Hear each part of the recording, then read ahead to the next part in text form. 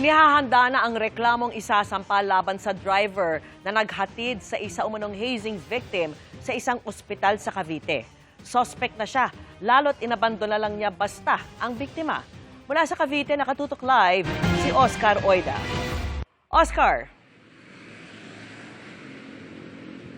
Yes, Vicky, pasado 5:00 na hapon nang ilabas ng General Trias Police Station ang suspect upang dalhin ng Dasmariñas City para isailalim sa inquest.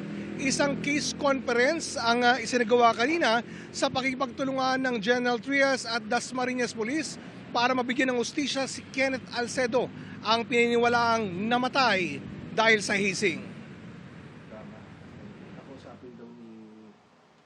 Matapos ang kalunos-lunos sa sinapit ng anak na si Kenneth Alcedo, halos di na anya matigil sa pag-iyak ang kanyang inang si Gemma. Di siya makapaniwalang wala na ang bunso. Walaan niya silang kamalay-malay na pumapasok pala sa frat si Kenneth. Bagaman may napansin siya nitong Sabado, isang araw bago ang malagim na pangyayari. Sabi ko, anak, bakit yung mukha mo ang lungkot, tapos parang namumutla. Sabi pa naman ng asawa ko, kaya dapat magpapacheck up po kasi baka talagang dala na yung sa may UTI o anong meron kasi bakit ihi ng ihi. Hindi na yung mabibitawan yung cellphone kaysa CR din nadala. Ang ama naman ni Kenneth na si June, halos maghapong nagbantay sa General Trias Police Station para matiyak na natututukan ng gusto ang kaso ng anak. Nakikita ko naman na ginagamparan talaga nila yung trabaho nila bilang mga pulis. Kanina, isang case conference sa pinangunahan ng PNP Provincial Director ang isinagawa sa General Trias kaugnay nito.